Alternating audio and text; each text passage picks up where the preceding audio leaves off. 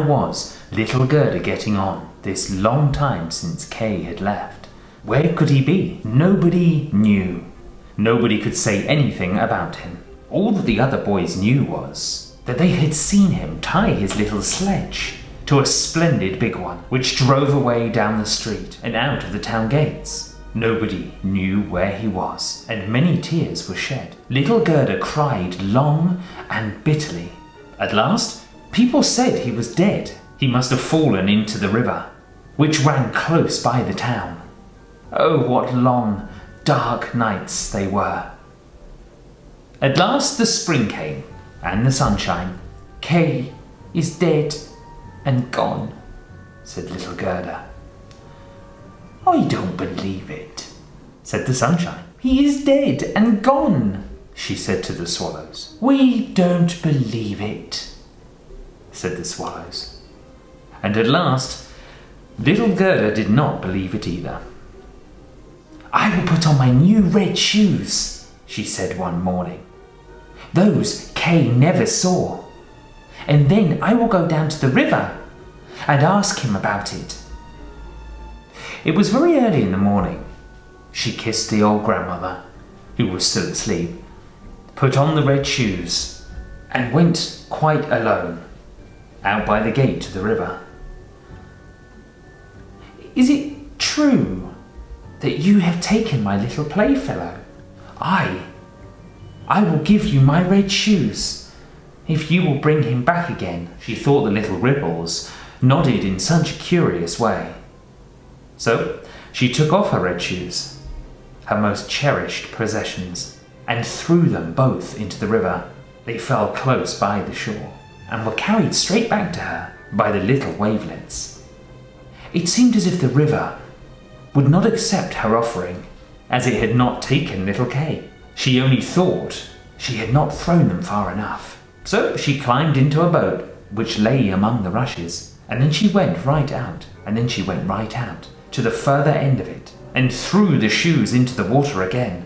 But the boat was loose, and her movement started it off, and it floated away from the shore. She felt it moving again, and tried to get out, but before she reached the other end, the boat was more than a yard from the shore and was floating away quite quickly. Little Gerda was terribly frightened and began to cry. But nobody heard her except the sparrows, and they could not carry her ashore, but they flew alongside twittering, as if to cheer her up. We're here! The boat floated away rapidly with the little current. Little Gerda sat quite still, with only her stockings on. Her little red shoes floated behind, but they could not quite catch up with the boat, which drifted away faster and faster. The banks on both sides were very pretty. They had beautiful flowers, fine old trees, and slopes dotted with sheep and cattle, but not a single person. Perhaps the river is taking me to little Kay, thought Gerda, and that cheered her. She sat up and looked at the beautiful green banks for hours. And then they came to a big cherry garden. There was a little house in it, with curious blue and red windows. It had a thatched roof, and 2 wooden soldiers stood outside, who presented arms as she sailed past. She thought they were alive, but of course they did not answer. She was quite close to them, for the current drove the boat close to the bank. Gerda called out again, louder than before, and then an old woman came out of the house. She was leaning upon a big hook stick, and she wore a big sun hat, which was covered with beautiful painted flowers. You poor old child, the old woman said. However were you driven out on this big, strong river into the wide, wide world alone? And then she walked right into the river and caught hold of the boat. With her hooked stick, she drew it ashore and lifted little Gerda out. Gerda was delighted to be on dry land, but she was frightened of the old lady. Tell me who you are and how you got here, she said. But when Gerda told her the whole story and asked if she had seen Kay, the woman said she had not seen him, but that she expected him. Gerda must not be sad. She was to come and taste her cherries and see her flowers, which were more beautiful than any picture book. And then took Gerda by the hand. They went into the little house, and the old woman locked the door. The windows were very high up, and they were red, blue, and yellow. They threw a very curious light into the room. On the table were quantities of the most delicious cherries, of which Gerda had leave to eat as many as she liked. Now while she was eating, the old woman combed her hair with a golden comb, so that the hair curled and shone like gold round the pretty little face, which was as sweet as a rose. "I have long waited for a little girl like you," said the old woman. "You will see how we shall get on together." And while she combed her hair, Gerda had forgotten all about Kay. For the old woman was learned in the magic of art, but she was not a bad witch. She only cast spells over people for a little amusement. She wanted to keep Gerda. She therefore went into the garden and waved her hooked stick over all those rose bushes, and however beautifully they were flowering, all sank down into the rich black earth without leaving a trace behind. The old woman was afraid that if Gerda saw the roses, she would be reminded of Kay and would want to run away. And then she took Gerda into the flower garden. What a delicious scent there was! And every imaginable flower, for every reason, was in that lovely garden. No picture book could be brighter or more beautiful. Gerda jumped for joy and played till the sun went down behind the tall cherry trees. And then she was put into a lovely bed with rose-coloured silken coverings stuffed with violets. She slept and dreamt as lovely dreams as any queen on her wedding day. The next day she played with the flowers in the garden again, and many days passed in the same way. Gerda knew every flower, but however many there were, she always thought that there was one missing. But which it was, she did not know.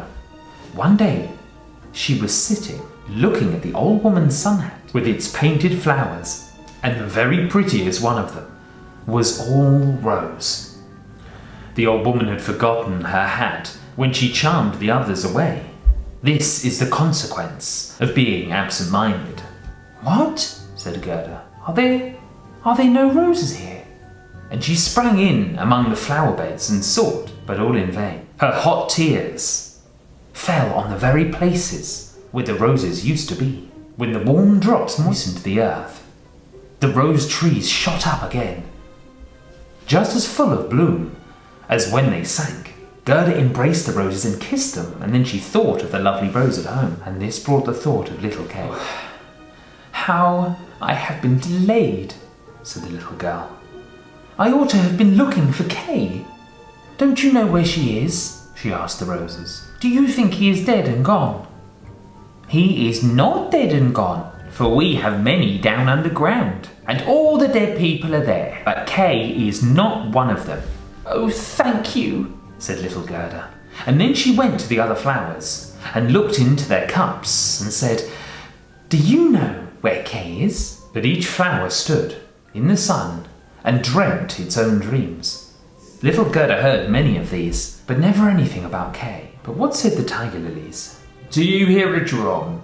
Rub-a-dub-dub. It has only 2 notes.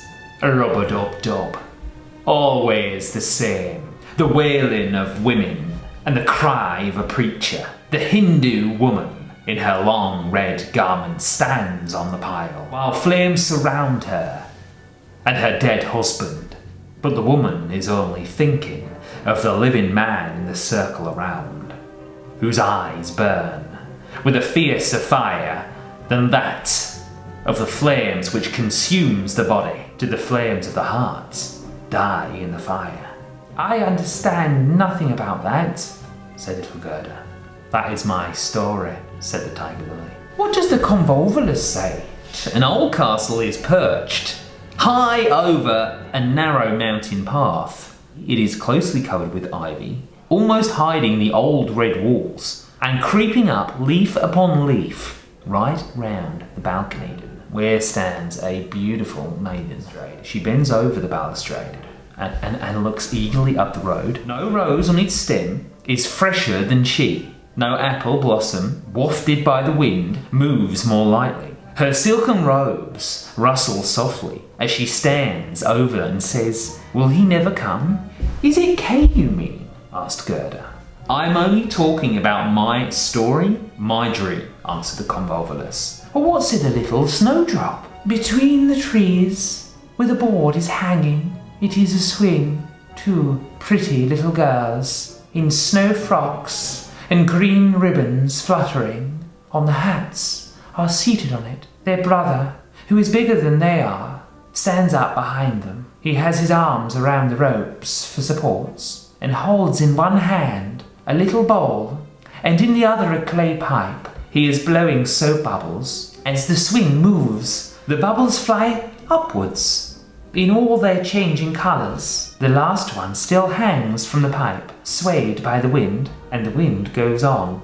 A little black dog runs up. He is almost as light as the bubbles. He stands up on his hind legs and wants to be taken into the swing, but it does not stop. The little dog falls with an angry bark. They jeer at it, and the bubble bursts. A swinging plank, a fluttering foam picture. That is my story." "I dare say what you tell me is very pretty, but you speak so sadly and you never mention little Kay. What says the hyacinth?" "There were 3 beautiful sisters, all most delicate and quite transparent. One wore a crimson robe, the other a blue, and third was pure white. These 3 danced hand in hand by the edge of the lake in the moonlight. They were human beings, not fairies of the wood. Their fragrant air attracted them, and they vanished into the wood. Here the fragrance was stronger still. 3 coffins glide out of the woods towards the lake, and in them lie the maidens. The fireflies flutter lightly round them with their little flickering torches. Do these dancing maidens sleep, or are they dead? The scent of the flowers says that they are corpses. The evening bell tolls the knell." "You make me quite sad," said little Gerda. "Your perfume is so strong. It makes me think of all those dead maidens. Is little Kay really dead? These roses have been underground, and they say no." "Ding dong," told the hyacinth bells. "We are not tolling for little Kay. We know nothing about him. We sing our song, the only one we know." And Gerda went on to the buttercups, shining among their dark green leaves. "You are a bright little sun," said Gerda.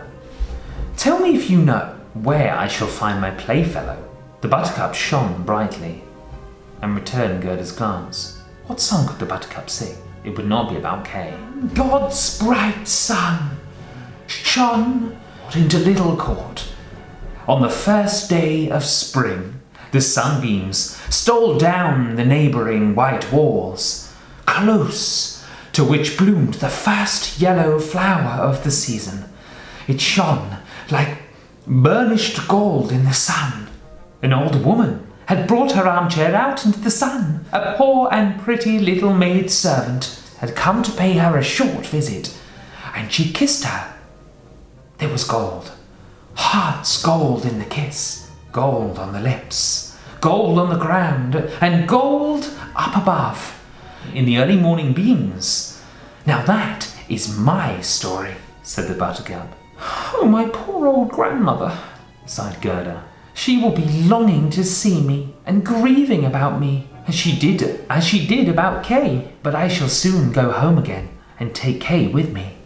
It is useless for me to ask the flowers about him. They only know their own stories, and they have no information to give me." Then she tucked up her little dress so that she might run faster, but the narcissus blossoms struck her on the legs as she jumped over them. So she stopped and said, "Perhaps you can tell me something." She stooped down close to the flower and listened. What did it say? I see myself. I can see myself. Oh, how sweet is my scent. Up there in the attic window stands a little dancing girl, half dressed. First she stands on one leg, and then on the other, and looks as if she would tread the whole world under her feet. She's only a delusion. She pours some water out. She pours some water out of a teapot onto a bit of stuff that she's holding. It is her bodice. Cleanliness is a good thing, she says. Her white dress hangs on a peg. It has been washed in the teapot too, and dried on the roof. She puts it on, and then she ran to the end of the garden. The door was fastened, but she pressed the rusty latch, and it gave way. And the door sprang open, and little Gerda ran out, with bare feet into the wide world. She looked back 3 times, but nobody came after her. At last, she could run no further, and she sat down on a big stone. When she looked round, she saw that the summer was over. It was quite late autumn. She would never have known it inside the beautiful garden, where the sun always shone, and the flowers of every season were always in bloom. Oh, how I have wasted my time, said little Gerda. It is autumn. I must not rest any longer. And she got up to go on. Oh, how weary and sore were her little feet, and everything round looked so cold and dreary. The long willow leaves were quite yellow. The damp mist fell off the trees like rain.